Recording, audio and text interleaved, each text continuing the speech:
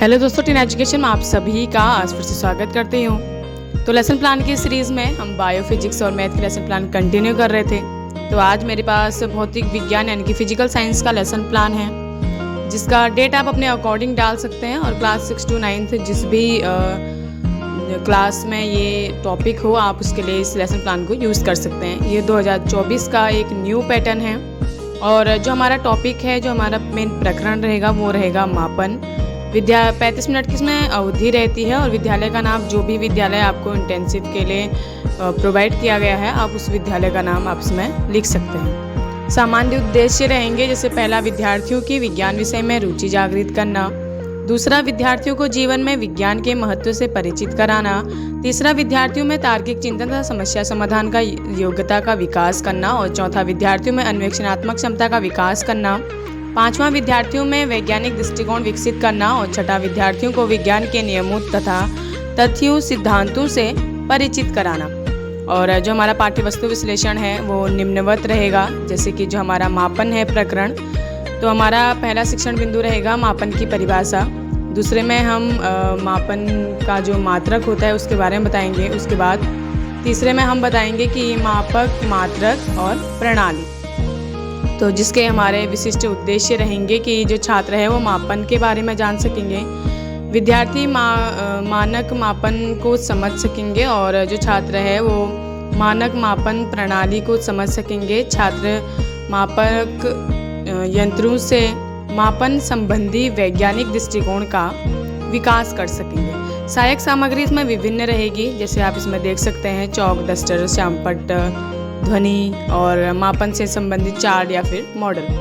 और शिक्षण विधि प्रविधि में जैसे प्रश्न उत्तर हो गया, व्याख्यान विधि होगी, प्रदर्शन और स्वाध्याय विधि। पूर्व ज्ञान में आप लिख सकते हैं कि जो विद्यार्थी है वो मापन के विषय में सामान्य जानकारी रखते हैं और मापन के उदाहरण से भी परिचित है। उसके बाद आप देखिए हमारा जो नेक्स्ट पेज है वो स्टार्ट होता है। यहाँ पे पहला शिक्षण बिंदु रहता है, यहाँ पे प्रस्तावना कौशल आप यहाँ पे लिख सकते हैं। उसके बाद दूसरा शिक्षण उद्देश्य या फिर व्यवहारगत प्राप्य उद्देश्य, तीसरा छात्र छात्र क्रियाएं, चौथा संभावित छात्र क्रियाएं, पांचवा विधि प्रविधि और छठा शिक्षक सहायक सामग्री। तो जो हमारा यहाँ पे पूर्व ज्ञान जो शिक्षण बिंदु रहेगा वो रहेगा पूर्व ज्ञान, जिसका उद्देश्य यहाँ पे हम प्रत्यास्मरण कराते हुए बच्चों को पूछेंगे। पहला प्रश्न छात्र अध्यापिका द्वारा पूछा जाएगा कि जीवन जीने के लिए मनुष्य को किन किन चीज़ों की आवश्यकता होती है। तो जो विद्यार्थियों को बताएंगे कि हवा, पानी, भोजन आदि की आवश्यकता होती है।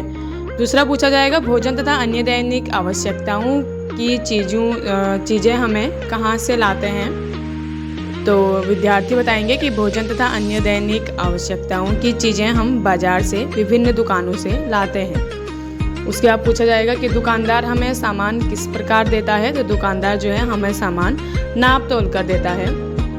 आखिरी प्रश्न जो हमारा मेन प्रकरण पे पहुंचेगी, छात्र अध्यापिका द्वारा पूछा जाएगा कि मापने तोलने को विज्ञान की भाषा में क्या कहते हैं। तो यह विद्यार्थियों के लिए एक समस्यात्मक प्रश्न रहेगा। उसके बाद शिक्षण विधि प्रविधि में आप देख सकते हैं यहाँ पे प्रश्न उत्तर विधि लिख सकते हैं। उसके बाद उद्देश्य कथन रहेगा कि आज हम मापन के विषय में विस्तार पूर्वक अध्ययन करेंगे। तो यहाँ पे जो है हमारा सेकेंड पेज समाप्त होता है। उसके बाद हमारा थर्ड पेज यानी कि जो हमारा पहला शिक्षण बिंदु है वो स्टार्ट होगा।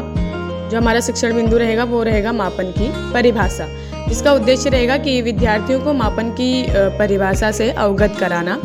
विकासात्मक प्रश्न पूछते हुए छात्र अध्यापिका पूछेगी कि आपकी कक्षा में कितने विद्यार्थी हैं। तो उत्तर आएगा हमारी कक्षा में 27 विद्यार्थी हैं, या फिर जितने भी होंगे वो विद्यार्थी आपको उत्तर देंगे। दूसरा पूछा जाएगा कि कक्षा में कौन से विद्यार्थी सबसे लंबे तथा सबसे छोटे कद के हैं और इनका निर्णय आप किस प्रकार करेंगे। तो सभी विद्यार्थियों की लंबाई को आपस में नाप कर निर्णय लिया जा सकता है कि कौन सा विद्यार्थी कद में छोटा है और कौन सा बड़ा है। उसके बाद पूछा जाएगा कि नापने को विज्ञान की भाषा में क्या कहा जाता है। तो नापने को विज्ञान की भाषा में मापन कहा जाता है। मापन को परिभाषित कीजिए। तो यह एक विद्यार्थियों के लिए समस्यात्मक प्रश्न रहेगा। उसके बाद छात्र अध्यापिका कथन में आप लिख सकते हैं कि मापन से हम किसी भी चीज़ का जो ज्ञान है वो माप से अज्ञात माप की ओर जो तुलना करते हैं उसे मापन कहते हैं। जैसे हाथ की लंबाई और ब्लैक बोर्ड की लंबाई। माप को दो दो भागों में लिखा जाता है। पहला भाग अंकित भाग और दूसरा भाग मापन इकाई कहलाता है। मापन से हमने याद मात्राओं की सही जानकारी प्राप्त होती है। उसके बाद जो विद्यार्थी हैं वो ध्यानपूर्वक सुनेंगे। उसके बाद आप देखिए शिक्षण विधि और प्रविधि में आप प्रदर्शन सह प्रश्नोत्तर विधि लिख रहे हैं और यहाँ पे व्याख्यान करते समय आप आगे व्याख्यान विधि लिख सकते हैं। उसके बाद आप यहाँ पे एक मापन हेतु एक छोटा सा जो जिससे मापते हैं जो फीता होता है, पैट्री होता है, आप इसका डायग्राम बना के यहाँ पे सहायक सामग्री में जो भी चीज़ आप चार्ट में बनाएंगे अपनी फाइनल टीचिंग में वो आप उसका छोटा सा एक डेमो आप यहाँ पे लगा सकते हैं। उसके बाद देखिए छोटा सा श्यामपट लगाया गया है छात्र अध्यापिका द्वारा कि मापन से हम किसी वस्तु ज्ञात माप से अज्ञात माप की तुलना करते हैं। उसके बाद व्याख्यान के बाद अंत में मूल्यांकन हेतु प्रश्न पूछा जाता है कि मापन की परिभाषा बताओ। यहाँ पे हमारा पहला शिक्षण बिंदु समाप्त होता है। उसके बाद देखिए दूसरा शिक्षण बिंदु जो हमारा रहेगा मानक मात्रक, जिसका उद्देश्य रहेगा कि विद्यार्थियों को मानक मात्रक से अवगत कराना। छात्र अध्यापिका विकासात्मक प्रश्न पूछते हुए विद्यार्थी मेज की लंबाई कितनी है हाथ से मापते हुए, तो जो छात्र हैं वो उत्तर देंगे कि मेज की लंबाई 7 या फिर जितने भी होगी वो जो विद्यार्थी हैं उत्तर देंगे। उसके बाद विद्यार्थियों को ही पूछा जाएगा कि मेज की लंबाई कितनी है, तो वो हाथ से मापेंगे तो वो जो दूसरा विद्यार्थी है वो बताएगा कि 8 बालिशत है। जितने भी है वो अपनी संख्या में अपने अकॉर्डिंग जो दो विद्यार्थी हैं वो अलग अलग बताएंगे।